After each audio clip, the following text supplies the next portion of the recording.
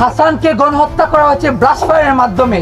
সমস্ত প্রমাণ যখন আমার উকিলরা ম্যাজিস্ট্রেট কাছে দেয়, ম্যাজিস্ট্রেট তাও আমার 2 দিনের রিমান্ড মঞ্জুর করে। কারামুক্ত সুরভি ও মাহাদিকে সঙ্গে নিয়ে কঠোর বার্তা বৈষম্য বিরোধী ছাত্র আন্দোলনের। জুলাই গণ অভ্যুত্থানের সময় হবিগঞ্জের বানিয়াচংগের থানায় আগুন দেওয়ার ঘটনা নিয়ে সাম্প্রতিক বক্তব্য দিয়ে আলোচনায় এসেছেন বৈষম্য বিরোধী ছাত্র আন্দোলনের নেতা মাহাদি হাসান।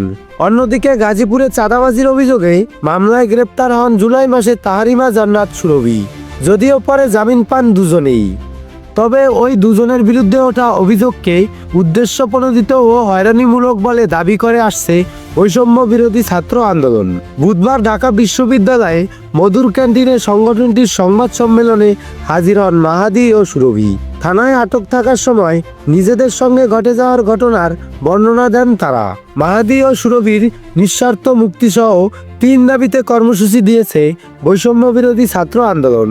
এই সময় শান্তিপূর্ণ আন্দোলনের মাধ্যমে জনগণের অধিকার আদায়ে রাজপথে থাকার প্রত্যয় জানান বৈষম্য বিরোধী নেতারা।